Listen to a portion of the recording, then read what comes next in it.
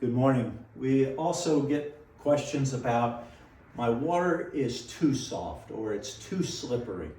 And this is a tough one because if the water softener is doing its job, it's going to remove all the hardness from the water that's entering your home, which is why you get a water softener to begin with. But some people, whether they lived in another part of the country or something, say, oh, it's too slippery. It just feels too soft. I would like a little bit of hardness.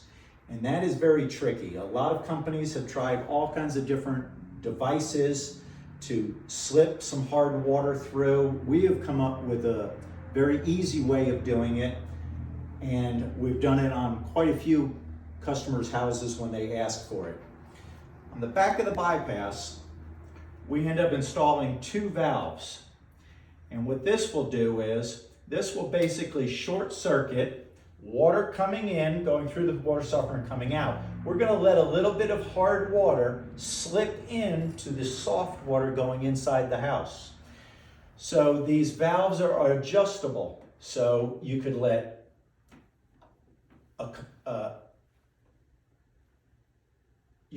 let water come through with the valves totally open and see if you like that amount of hardness in the house, or by closing these just slowly and cutting it back a little bit, you could maybe dial in the amount of hardness that you want coming inside the house.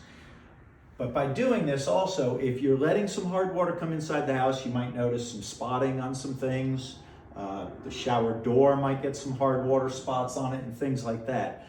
But if you really don't like soft, 100% soft water, there is a solution that we can make, and it's very easy. It might take a little bit of adjusting that you can do to dial in the type of texture of water that you like.